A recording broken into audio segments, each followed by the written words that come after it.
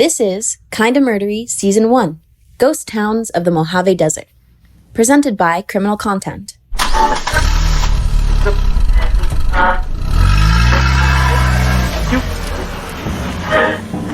You're rocketing down the 15 freeway between Vegas and LA. It's a scorched wasteland of Airstream meth labs and unrelenting heat. This is no place you'd want to stop. But the car's on fumes, so you take the exit and you pull up to the gas station. It's abandoned, a concrete canvas that some local Michelangelos turned into the Sistine Chapel of spray paint penis. A grave marker for every crazy story lost in the desert sands.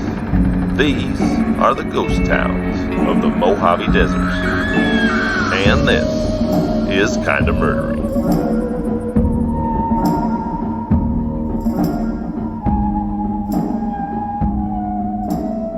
Hey everybody, and welcome to Kinda Murdery Season 1, Ghost Towns of the Mojave Desert.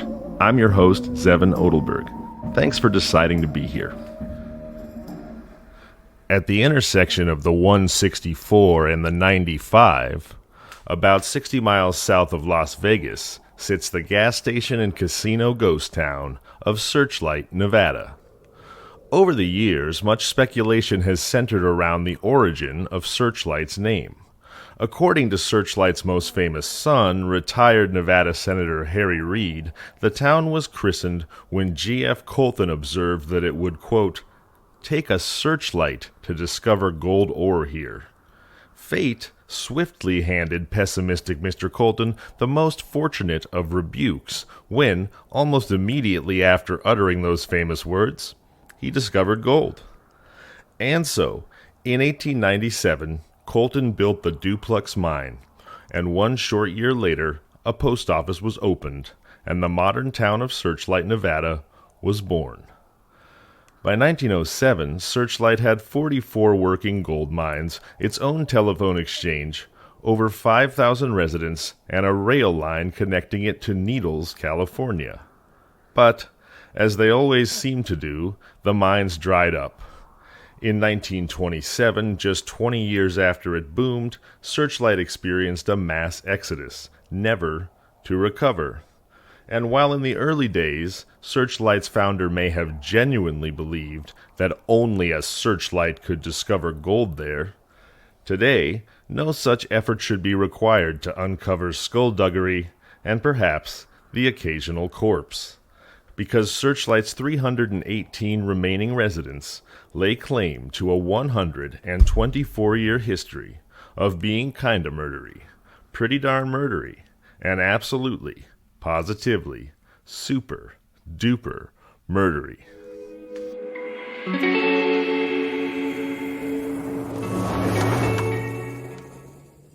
All right, well, hey everybody, I'm here today with the awesome Adam Volrich. Adam, how are you today? I am doing exceptionally well. How are you, Zevon? I'm well, thank you. I'm also here with Brendan Hubbard from Criminal Content. Hey, Zevon, how's it going? And, of course, I am here with the amazing, best-selling mystery and thriller writer of the Lewis Cole series, the dean of the alternate history genre, the man Lee Child called the best short story writer of his generation, Jeopardy champion and writing partner to the best-selling author in the world, Mr. James Patterson. Yes, indeed, I am here with none other than Brendan DuBois. Hey, Brendan, how are you today? I don't recognize that guy you're talking about, but I guess it is me. Thanks, Evan. It's great to be here. I appreciate the invite. I'm looking forward. Awesome. Well, we are so happy to have you. It's a real treat for us. I wanted to jump in right away and ask you a little bit about what are you working on today? Or do you have a book you're writing now, or do you have one that's about to come out soon? What's going on in the world of Brendan DuBois? Let's see. I am wrapping up a new thriller with James Patterson, or as we call him around my household, James Patterson. And actually, he's a delight to work with. He really, really is. And I'm just polishing it. That should take a few more weeks. I have a novel with him that's in process of being published. It's called Erased, and it's either coming out late this year or early next year. And I'm about a third of the way through a new alternate history thriller that my agent is very excited about. And she's also sitting on two of the books of mine that I wrote a while ago. One is the latest in the Lewis Cole series, which would be book number 12. And another is sort of a post-apocalyptic dystopian novel that seems to be the rage nowadays. The problem with that one is that... Zombies? Are there zombies?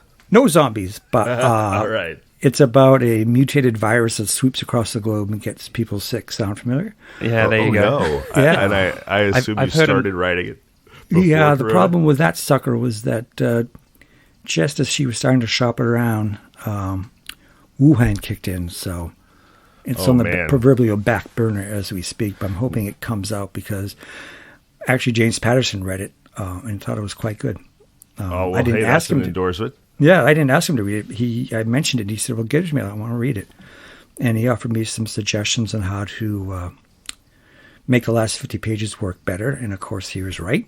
And so there we sat. So yeah, I've been very busy. Awesome. But, can you tell us what it's called? Oh, what's that? Which book? This mutated virus book. Oh, it's called Jane Doe. And what the story is about is that, quickly, in Asia and India, there's a great demographic bulge occurring where for many, many decades, couples were aborting female fetuses because they all wanted sons. They didn't want daughters, sons being more valued in that society. So I took that one step further and thought, suppose there was some sort of virus that they could give to rich men that would guarantee their offspring, there would be a 90% chance it would be a boy instead of a girl. And what happens is that this particular virus escapes the lab. Ha ha. Hello, Wuhan. Attaches itself to a swine flu virus. And a year later, the demographics collapse. For every 100 babies born, instead of the usually 50-50 split, it's 90 boys for every 10 girls. Oh, no. So in a number of years, woman became, for lack of a better words, a scarce resource. So it's just a big change in society. And what happens is, as the book opens, a murdered woman is found in Boston Common. And that instantly becomes international news because women are so rare and scarce. And the lead investigator is an FBI agent who works for the Crimes Against Women Division, because any crime against a woman, from fraud to embezzlement to assault, is automatically a federal crime. So, Brendan, that sounds fascinating to me, and I'm sure it's a phenomenal story. Are you guys ready to dive into the town of Searchlight, Nevada? Let's do it. This is my favorite town name so far. I can't quite explain why, but something about naming a town Searchlight. I'm just into that. Well, if I may jump in, it also strikes me as kind of odd or strange that Harry Reid, who lived there and was born there, has such an interest in UFOs and alien encounters, and he comes from a strange town named Searchlight. He does indeed. There's some something sort there. of connection. Yeah. All right. All right. Let's jump into Searchlight. Let's do it.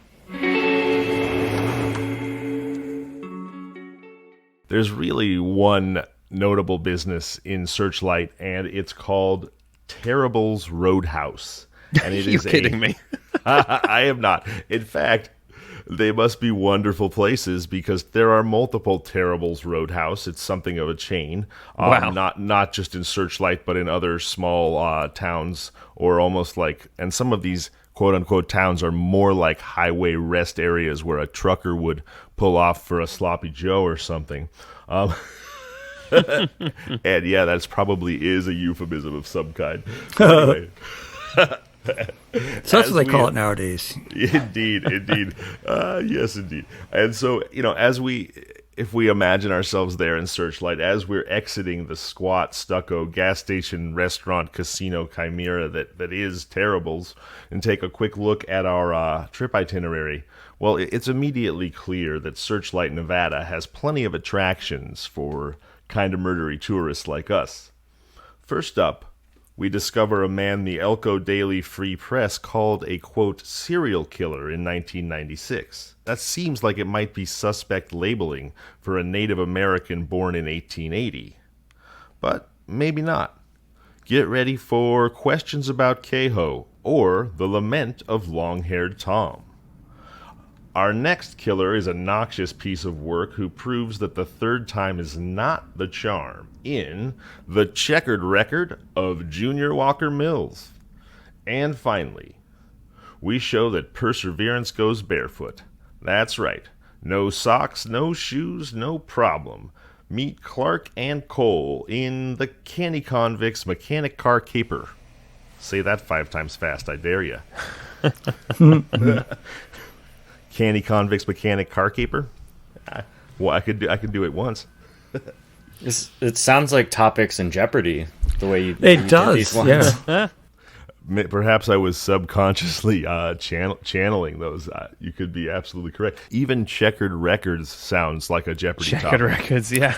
Like potent potables. We'll take Yeah. that for 400, Alex. Yeah, exactly. Questions about checker champions, about chubby checker, about there's a lot of options there. So let's kick off the lament of long-haired Tom. So just about 24 miles southeast of Searchlight, sitting there in the middle of the Colorado River, and I found this pretty miraculous, just in a long-distance realization of just how large the Colorado River is and must be, because sitting in that spot is a 10-mile long and 3-mile wide island called Cottonwood Island. And it was there on Cottonwood Island in 1880 that Kehoe, eventually to be known as Long-Haired Tom, was born. His mother was a member of the Kokopah tribe, and his father was a white soldier stationed at Fort Mojave, some 75 miles south of Cottonwood. Now, because of Kehoe's mixed parentage, upon his birth, the Kokopah tribe elders ordered the child's death. Whoa. Ugh. And yes, and in an echo of a Greek myth or perhaps a biblical story, Kehoe's mother fled that very night down El Dorado Canyon in an attempt to save her son's life. The next day, mother and son are taken in by another Native American tribe from the area, the Paiutes. There's a Paiute hunting party out in the area, and they discover mother and newborn. Well, Kehoe's mother died that day, whether from complications of pregnancy or the rigors of fleeing pursued by killers in an attempt to save your child's life through the wilderness. It's unclear exactly why she died, but she died that very day that they were discovered and rescued by the Paiutes. And so Kehoe was raised in that Paiute Indian camp. And little is known of his early years except that he had a strong dislike for the white people who employed him, both as a ranch laborer in Vegas and a wood gatherer in the mining camps around Searchlight and El Dorado. So as early as 1897, there was another famous Native American warrior who was on the, quote, warpath. He was a Paiute named Avote, who was avenging the murder of his chief, and he was eventually captured and killed. And there are rumors, in fact, that Long-Haired Tom or Kehoe may have been involved in the capture and eventual killing of Avote. Oh, wow. Yeah. That would have been at age 17. Then, Wow. Wow. Yeah. And then in 1910, he murders a man named Harry Bismarck in Las Vegas and flees to the desolate McCullough Mountains. And then on October 28th of that year, the body of another man, J.W. Woodworth, is found 20 miles north of Searchlight. At this point, suspicion falls on Kehoe. There seems to be a general belief that he's behind these killings.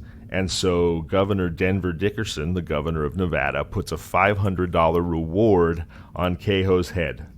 And a posse, accompanied by 2 Native American trackers, go looking for him. But he again eludes capture. And then in November, not even a month later, a man named L.W. Gilbert, a night watchman at the Goldbug Mine in El Dorado Canyon, is found shot in the back. Now, the way that he was killed is noteworthy because it's become clear at this time that Kehoe has a particular modus operandi, which is shooting his victims in the back with a shotgun. Brutal, but effective. Gets the job done. Gets the job done. There you go. Certainly does.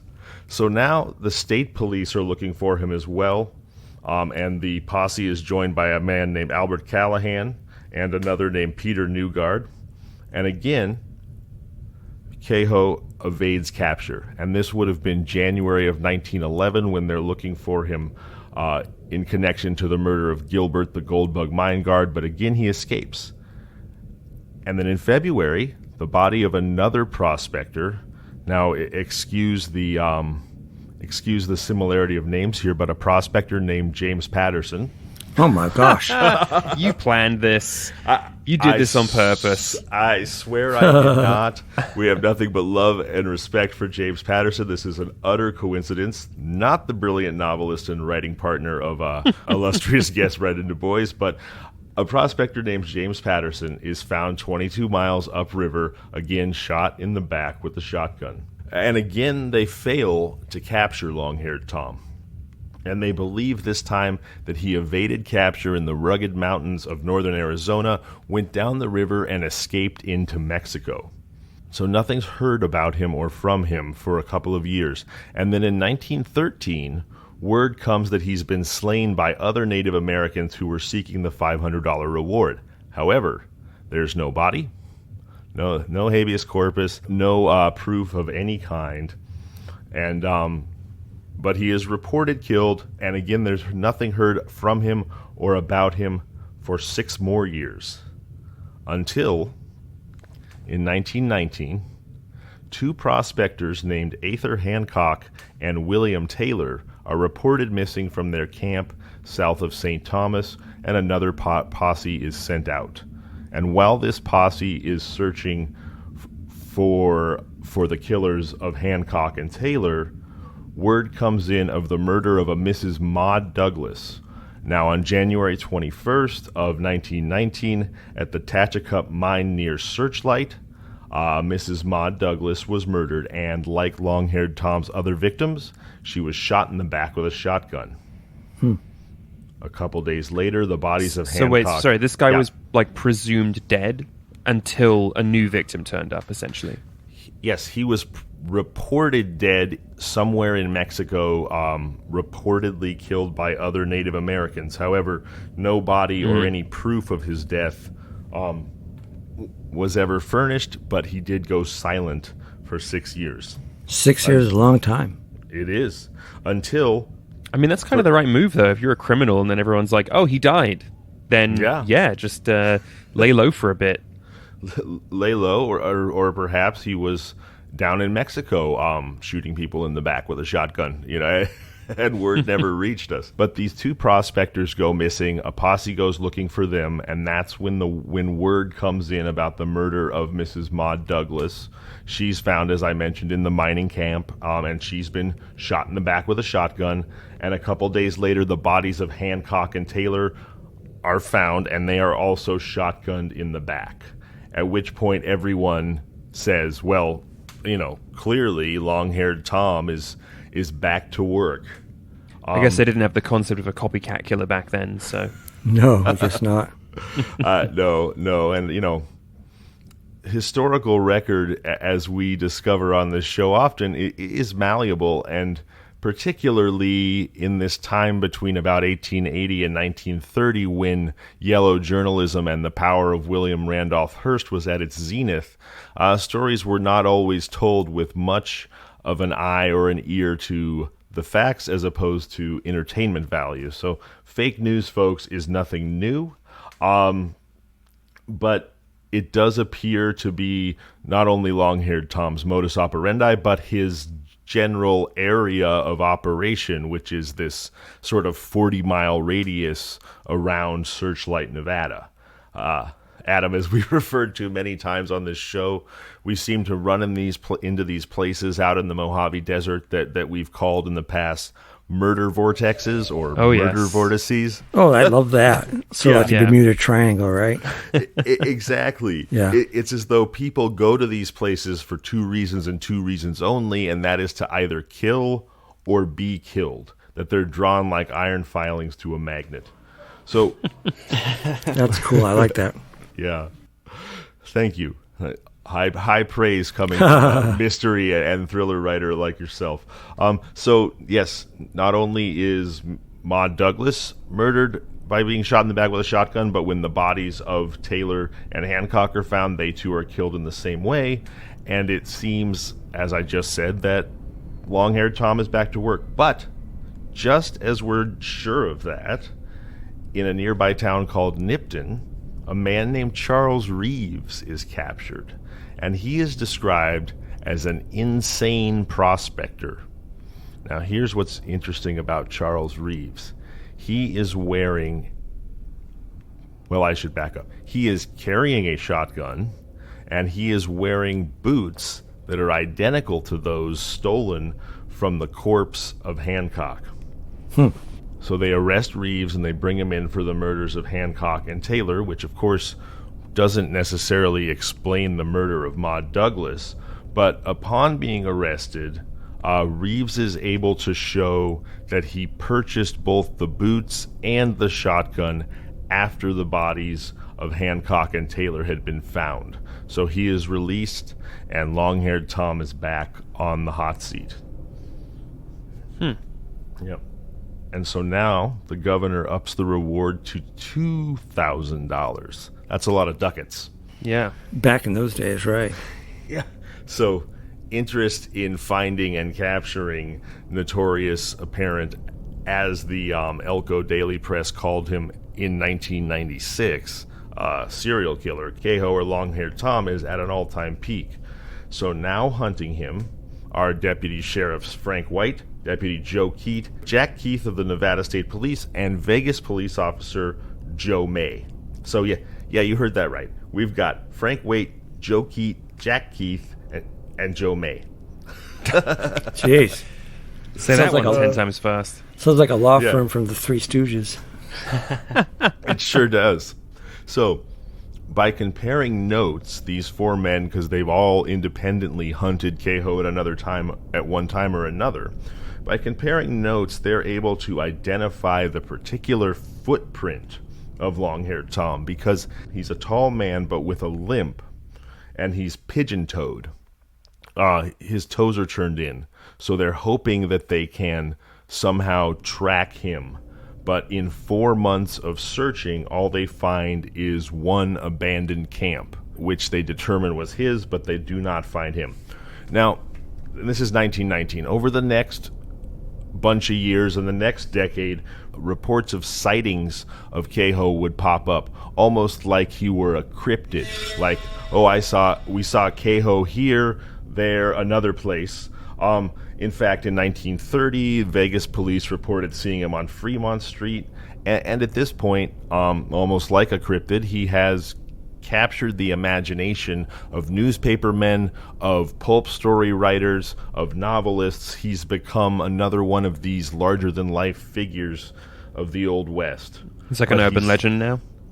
Of sorts, yes. Yeah. Yes. So do you think the sightings are definite, or is it just simply because he's become like a bit of a legend that people start saying, like, oh, he came through here, like, come see the site where he came through? Like, yeah, I feel like it's probably the latter, and even that, I'm sure there's more than one long-haired Native American in the area who may or may not have a limp, but if from a distance you see somebody with long hair and a limp, you might think to yourself, oh, that's long-haired Tom. Mm-hmm. Almost like the man with the hook at the makeout point, the teenagers are seeing him everywhere.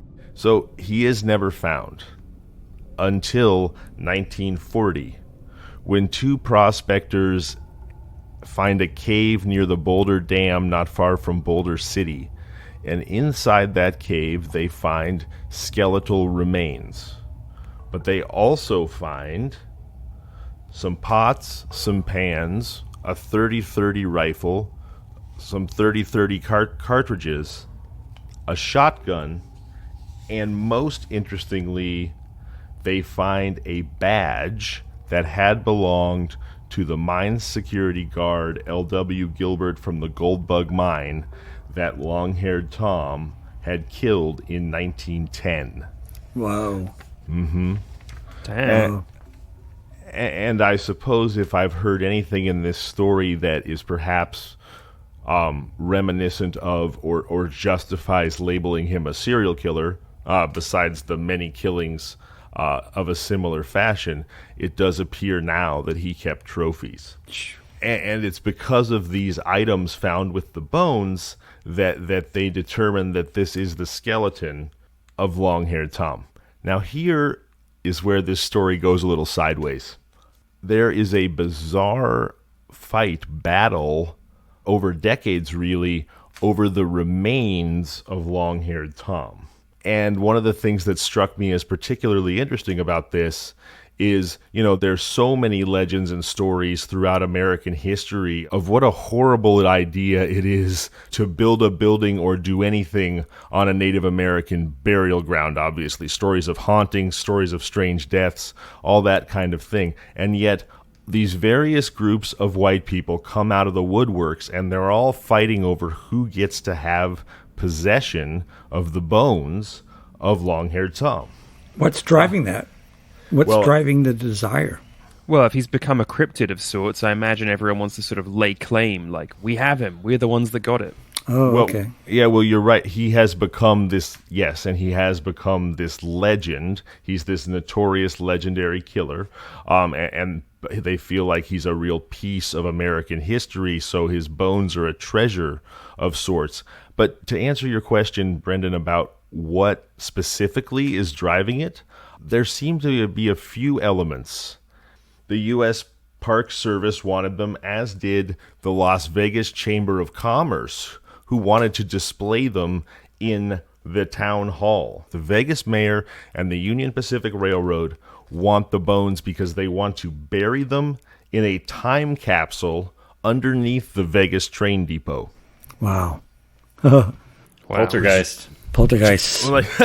Presumably what, to be exhumed by school children in 50 years? I mean, I thought that was one of the more bizarre desires, and had they actually succeeded in acquiring the bones, remind me not to take any trains to Vegas. Yeah, it seems like a good place to start having train derailments or late trains or, haunted trains, yeah. Exactly. So here's what happens. The bones go to a coroner named A.J. Nelson upon being initially found, and then he turns those bones over to Gene and Anna Parks of the Las Vegas Palm Funeral Home, where they remain until Frank Waite, one of the sheriffs I referred to as pursuing Kehoe back in 1919, who is now the chief of police in Vegas. He, according to this article, pays the mortuary bill, gets the bones, and then donates them to the Elks Club, where they what the fuck? I know. The Elks Club, sure. Right? Why, the Shriners weren't interested? Unpleasant. It really is. So where they remain on display for over a quarter century. Now, here's what strikes me as I guess I would say very darkly comic about this, which is that the Elks Club, is not dissimilar from the Lions or the Rotary Club or what have you, but so that they probably have kids coming to speak to them at their breakfast because they're giving a local scholarship to some local high schoolers or whatever, but they also want to have on display morbidly in like a case in their lodge the bones of this serial killing Native American man.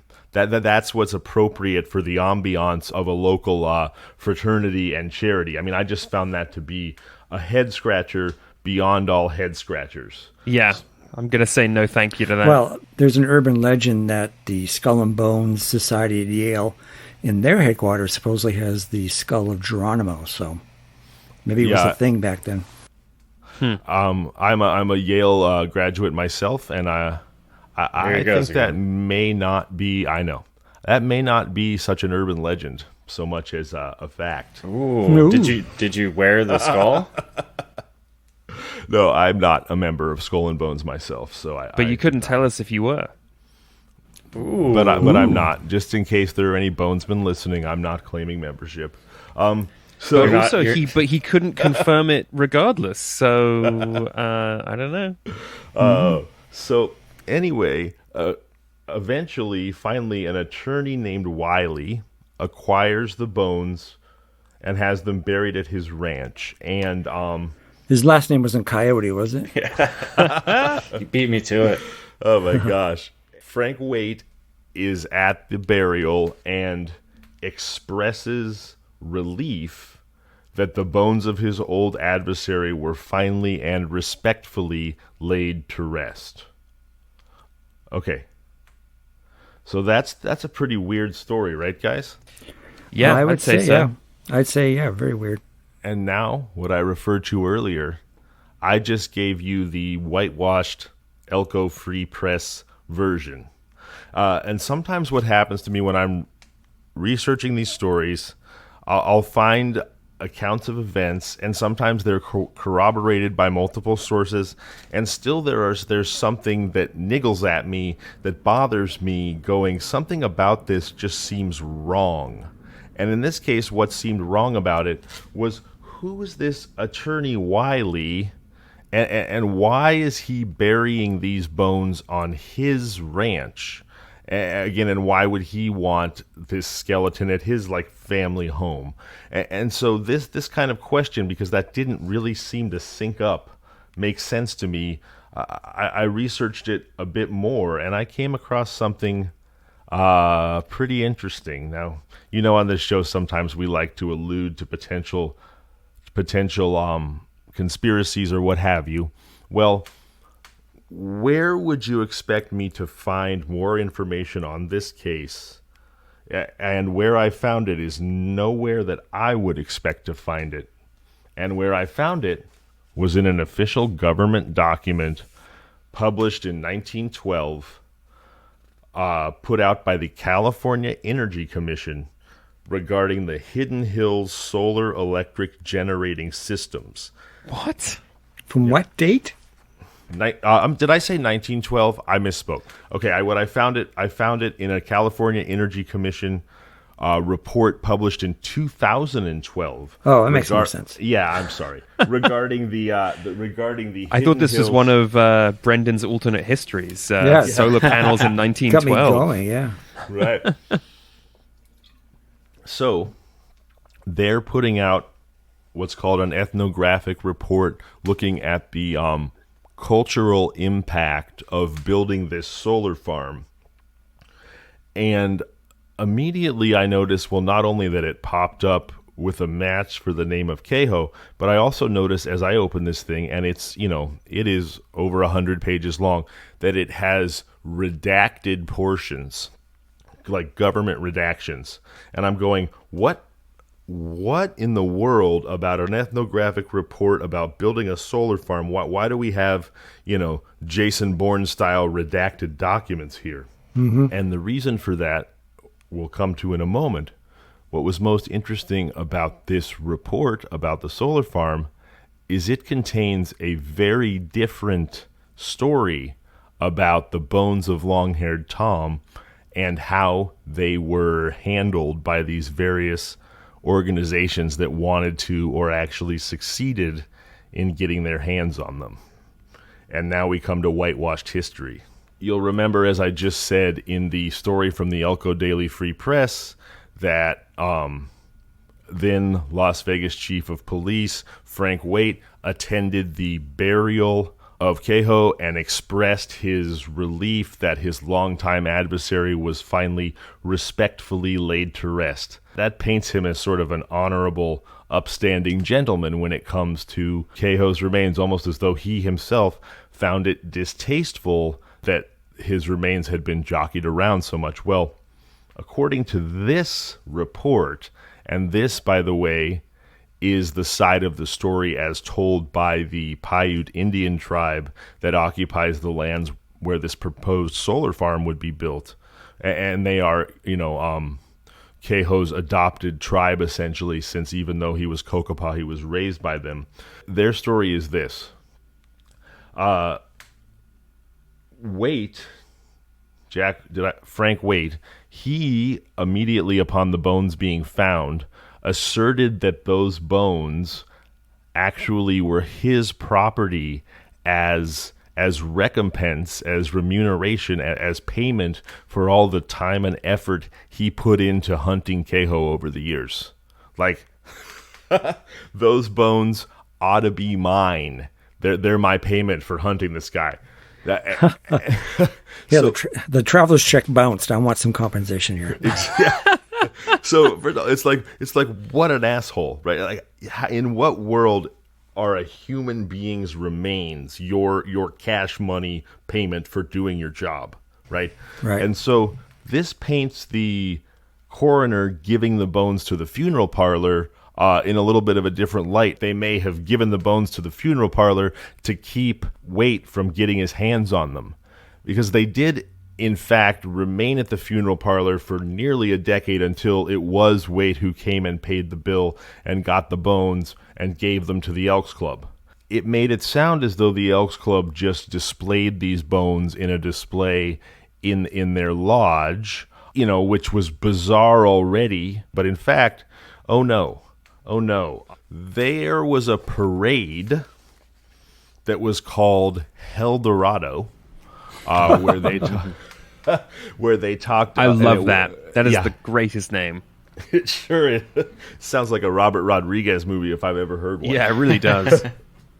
So there's a parade called Hell Dorado, and the local Elks Club has a Hell Dorado parade float that simulated the rock shelter where the actual remains were entombed.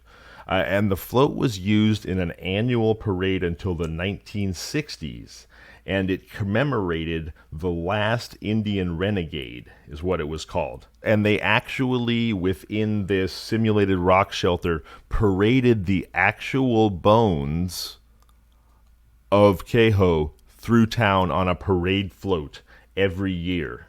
Yeah, nothing says honoring history by parading the guy's bones in public. Right, not his fake bones, not just a model of the cave he was found in, his actual remains.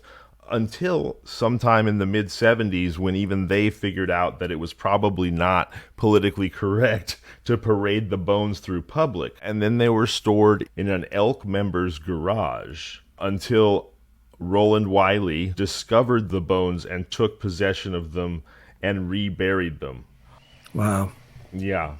And what came out of all of this, as far as those redactions I referred to in the beginning, the part that's redacted is the actual location of Kehoe's remains today, which the government, finally doing something respectfully, chose to redact in this report so that potential ghouls could not go find them and perhaps disturb his peace yet again. And Adam, to your point, while nothing that he did is excusable, the way that he was treated from the drop in his life, and ultimately the way that his bones were treated as this sort of ghoulish trophy for the entertainment of the surrounding white community. I mean, it feels like in some ways it almost retroactively justifies his rage and murder. I mean, if that were a possible thing. I kind of agree with you there. It's all very, very bad, and it leaves a very awful taste in my mouth. But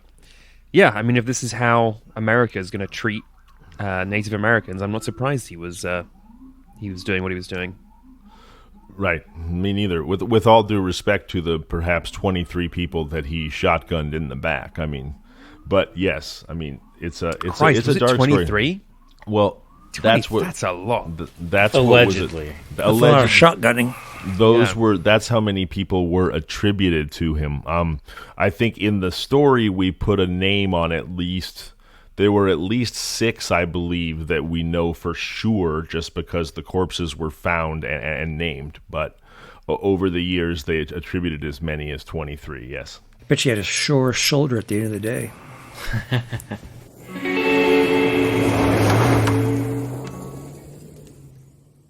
This one's pretty dark, but I think a little bit, in some ways, easier to take than that last one. On New Year's Eve 2000, 59-year-old Searchlight resident Junior Walker Mills murders alleged prostitute 43-year-old Stephanie Riviera of Fernandina Beach, Florida. He takes her to Hertz Road and drives off into a dirt lot on the side of the Mount Rose Highway, not far from Carson City, Nevada, where he shoots her in the stomach with a .32 caliber revolver and steals between $1,100 and $1,400 worth of cash from her, and then drives away, leaving her body in the dirt lot. She's alive when the police find her, but all she can say is, "He shot me and then he stole my purse." She's taken to a hospital where she expires just after midnight on New Year's Day 2000. At the scene of the crime, in that dirt lot, the police find a man's gold ring, a water bottle from a Laughlin hotel, and they also find a spent .32 caliber shell casing. So police canvass the Reno area hotels until they come to the Cal Neva Virginian Hotel Casino, where workers recognize seeing a man of Walker Mills's description. And then sure enough, security footage shows him with Rivera, and then later leaving with her in a Chevy truck. And so they go and they interview Mills. This is 2 days prior to his arrest, and he tells the police that he met Rivera at a Las Vegas hotel where he hired her as a prostitute. So now that they've got some pretty good probable cause, the police go to Mills' home in Searchlight, where they find the Chevy truck, and inside his truck they find his jacket with blood on it. They find blood inside the truck. Then they go into his home, where they find boxes of .32 caliber cartridges, and they also find several water bottles matching the water bottle that they found in the dirt lot. So, I mean, it seems pretty darn clear at this point, and so they arrest Junior Walker Mills for the murder of Stephanie Rivera. Here's where the story gets a little bit interesting. Goes a little sideways when Junior Walker Mills asserts that he is going to represent himself. Justice of the Peace, which is what they call a judge in Nevada, is questioning Junior Walker Mills about why he wants to represent himself, why he thinks he's qualified to represent himself. And his response to that is first to say, "Why should I represent myself? Because in this, I shall now be the resurrection of Einstein." As one should be, yes, of course. Oh, wow. Indeed. But he then reveals that he has represented himself twice before in court and once before in front of a grand jury. And listen to this. The first time he ever represented himself was before a Texas grand jury on a murder charge in 1961, and they come to a finding of no true, which means there's not enough facts to the case to move forward with an actual criminal trial, so he is released before he can even be found innocent. There are just essentially no charges filed. Then, in 1969, he represents himself on an assault with a deadly weapons charge in Washoe County near Reno, and he is found not guilty. And then again, in 1990, he represents himself on a sexual assault charge, again in Washoe County, and again, he is found not guilty. So he's feeling pretty confident, is what you're saying. I mean, he called himself the resurrection of Einstein. We all laughed at him, but now it's revealed that Junior Walker Mills, 3 times before really, but 2 times if you count actually making it to trial, has represented himself on violent crimes and been found not guilty. So maybe he is a better choice than the public defender. He also says, and this is pretty despicable, when basically bragging about his success as a attorney to the judge, he says, "I have other cases, all right, but nothing major. Those are the highlights." So really, this guy's he's just a criminal. Like, he's just a guy that breaks the law routinely and then charms his way out of the consequences. Yeah, he's an inveterate criminal who looks a little bit like a grandpa. He's 60 years old at this time, and he thinks he's Albert Einstein, attorney at law. Yeah. So the judge says, for the purposes of this case, in order that you receive a fair trial, I'm going to instruct the jury that you have no criminal history. Because technically, one didn't make it past the grand jury, and twice you were found innocent. So, innocent until proven guilty, you do, in fact, not have a criminal history, technically speaking.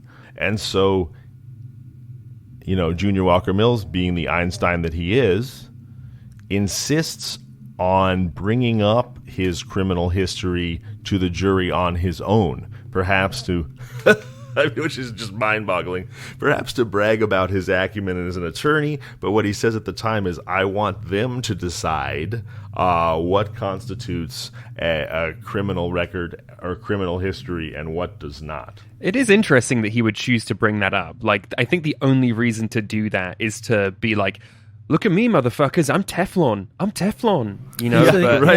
Right. I'm on a roll.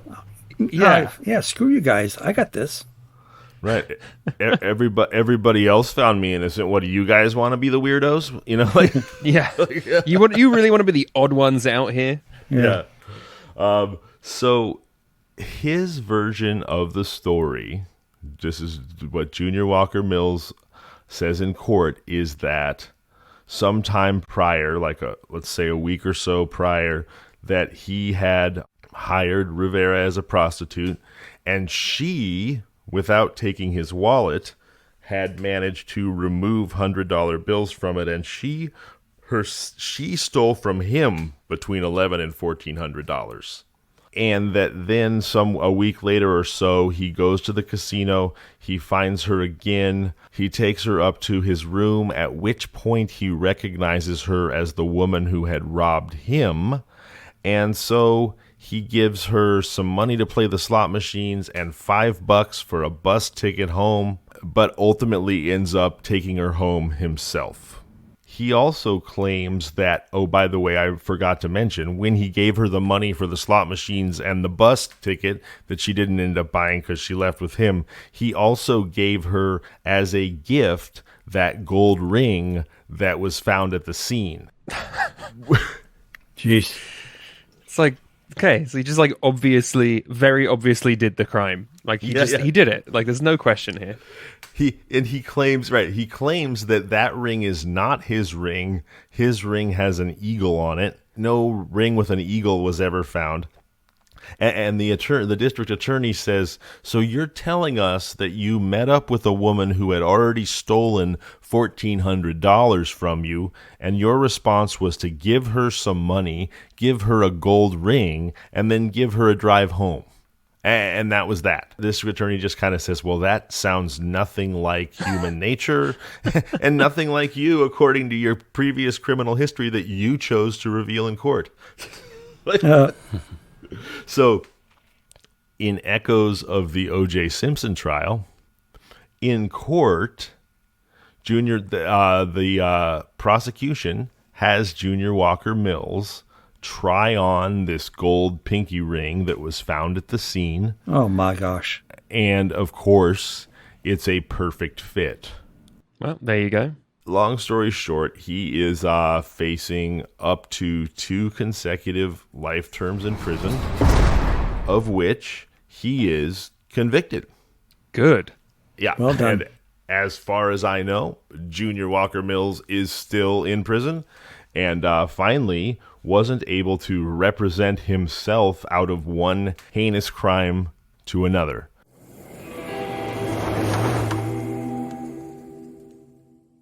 it is time for the Canny Convicts Mechanic Car Caper. We are going back to New Year's Day, 1924, and the story of the prison escape of William Clark and Robert Cole. So, Robert Cole is an expert mechanic and a former race car driver. Because of his expert mechanic skills, he is given a job at the prison garage. Interestingly, he's given a job repairing a particular car. It is what's described as a exceptionally powerful and possibly armored Lincoln sedan. And it has a very interesting history. Back in 1922 or in the early 1920s, there was a mine strike going on, and essentially the miners' union was alleging that the Union Pacific Railroad was abducting the miners and beating the crap out of them, which was probably, based on my knowledge of history, absolutely true. Meanwhile, the state police in Nevada were claiming that they just didn't have the resources to combat this sort of thing, that the strike breakers had faster cars, better guns, etc., etc. So in some kind of a gesture of goodwill, the Union Pacific Railroad sent to the state police this souped-up Lincoln sedan that was described as being exceptionally powerful, exceptionally fast, exceptionally durable, and like I said, maybe even bulletproofed, or as much as that was possible in 1924. And so this sedan was property of the state police, and then the Union Pacific Railroad, after the strike was over, tried to charge the state police for the car. State police wouldn't pay for it. Eventually, the governor's office paid for it, and the governor used it as his car when he was touring around the state of Nevada. Now, that sounded like a large, long digression, and maybe what's Zevon's point? Well, here's Zevon's point. This car was, for all intents and purposes, about as close to like a hot rod Batmobile type of car that somebody could get their hands on in 1924. The governor's favorite car, this car that was supposed to be faster and stronger than the criminal strikebreakers, blah, blah, blah, blah, blah. I left one thing out that I should also mention. This particular car has already been used once in a prison escape. Some years ago. Yeah. Right. I mean, Brilliant. How many, dingbat chips on the side of the bad guys can you stack up in one place, right? Right. So this was the car that the guards at the prison, in their infinite wisdom, gave to two convicts to repair. What? Hilarity ensued, I'm sure. Well, when you're fixing an engine, at some point, you've got to start the car up to make sure that your repairs worked. So what happens? Cole finishes fixing the engine on the supercar, hops in with his sidekick and mechanic's assistant, fires up the engine right there in front of everybody, in front of all the guards and all the police, floors the motherfucker, and boom, like a shot, they're out of it. Wow.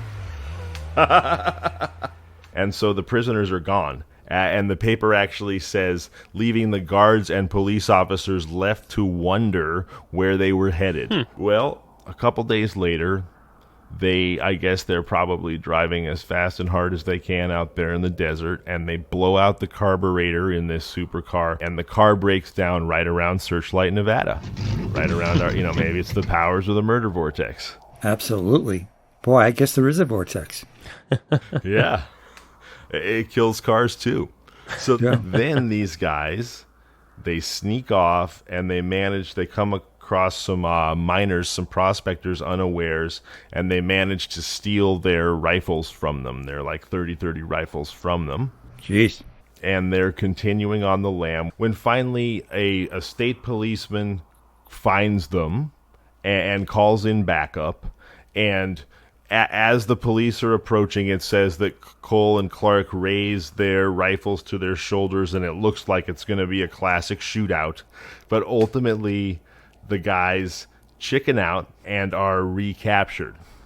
Well, it's getting to be late in the day. It's like dinner time. And I guess nobody wants to put in the overtime. So what they do is they throw these guys in a local jail, and one of the deputies, though, takes their shoes and socks. And he reasons that, like, well, barefoot, there's no way they can escape again. What are they going to do with no shoes or socks on? Yeah, they're going to get tetanus if they try and run out like that. Exactly. Well, guess what? He's dead wrong. And these guys do, in fact, that very night manage to break out of this rinky-dink jail, and they go running across the sands barefoot, free again. Sounds about right. Sounds like they're Einsteins. Yeah.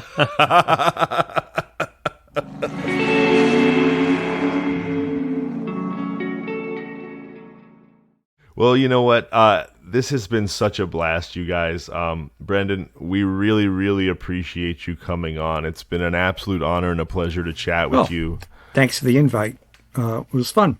Yeah, thank you so much for being here. I learned a lot. Much for being here. Yeah, I learned a lot about podcasting, what you crazy kids are up to, all your new technology and stuff. So, you know what's funny is it really is most similar to the radio plays of the 30s and 40s. It just happens to be a different delivery system. All right, well, this has been wonderful. For Adam Volrich and Brendan Hubbard, and of course, for the charming, the talented, the incredible Brendan DuBois, I'm Zevon Odelberg, and this has been Kinda Murdery. This is Kinda Murdery, Ghost Towns of the Mojave Desert, presented by Criminal Content. You can find us online at kindamurdery.com and on all social media at kindamurdery. Email us at contact@kindamurdery.com. Listen to us on all your favorite podcasting apps: Apple Podcasts, Spotify, Overcast, Google, and more. Don't forget to rate, review, subscribe, and tell your friends about the show.